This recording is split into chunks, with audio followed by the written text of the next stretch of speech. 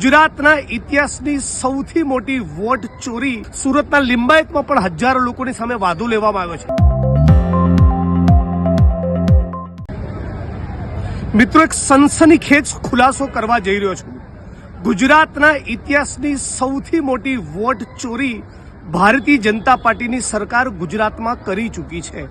હાલમાં જે મતદાર સુધારણાનો એસઆઈઆરનો કાર્યક્રમ ચાલી રહ્યો છે એમાં કોંગ્રેસની પરંપરાગત વોટ બેંકને ટાર્ગેટ કરવાના બદઆશયથી એક મોટા રાજ્યવ્યાપી ષડયંત્રના ભાગરૂપે ગુજરાતની જનતાને લૂંટી, ગુજરાતના ટેક્સ પેયરના પૈસાને લૂંટી જે કમલમ નામના કાર્યાલયો બનાવ્યા છે ત્યાંથી બેઠા બેઠા લગભગ 14 થી 15 લાખ કોંગ્રેસને વોટ આપનારા મોટાભાગના મતદારોના નામ કમી કરવા માટે ફોર્મ નંબર 7 ભરવામાં આવ્યા છે। મારા વિધાનસભા વડગામમાં 24,000થી વધારે લોકોની સામે એવો વાંધો લેવામાં આવ્યો છે કે એ લોકો અહીંના રહેવાસી છે જ નહીં, એમનું નામ મતદાર યાદીમાંથી કમી કરવામાં આવે। ફક્ત એક વિધાનસભામાંથી ગ્યાસુદ્દીનભાઈ શેખની વિધાનસભામાંથી લગભગ 28 થી 29,000 લોકોની વિરુદ્ધમાં વાંધો લેવામાં આવ્યો છે। સુરતના લિંબાયતમાં પણ હજારો લોકોની સામે વાંધો લેવામાં આવ્યો છે।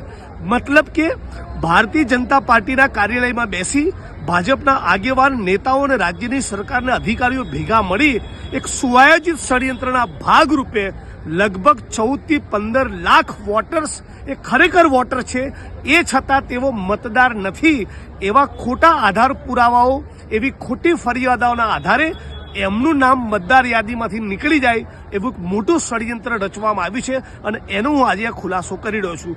મુદ્દા નંબર 2, જે પણ માણસો ફોર્મ નંબર 7 ભરીને તમારા કે મારા મતદાર હોવાની સામે પ્રશ્ન ચિહ્ન ઉપસ્થિત કરે, એણે પોતે આધાર પુરાવો આપી એણે પોતે સાબિત કરવું પડે કે તમે કે હું મતદાર કેમ નથી, અને આવું કરવામાં જો નિષ્ફળ જાય તો એની સામે પણ ફોજદારી ગુનો દાખલ થઈ શકે। એટલે હાલ પૂરતું ગુજરાતના ઇલેક્શન કમિશન પાસેથી હું માગણી કરું છું કે છેલ્લા કેટલાક દિવસોમાં મોટાભાગે મકર સંક્રાંતિ બાદ જે રાતોરાત લાખોની સંખ્યામાં લગભગ 14 થી 15 લાખ જે ફોર્મ નંબર 7 ભરવામાં આવ્યા એ તમામની ઉપર સ્ટે મૂકી દેવો જોઈએ, નહીં તો ગુજરાતમાં લોકતંત્રનો એક અણુ બચશે નહીં।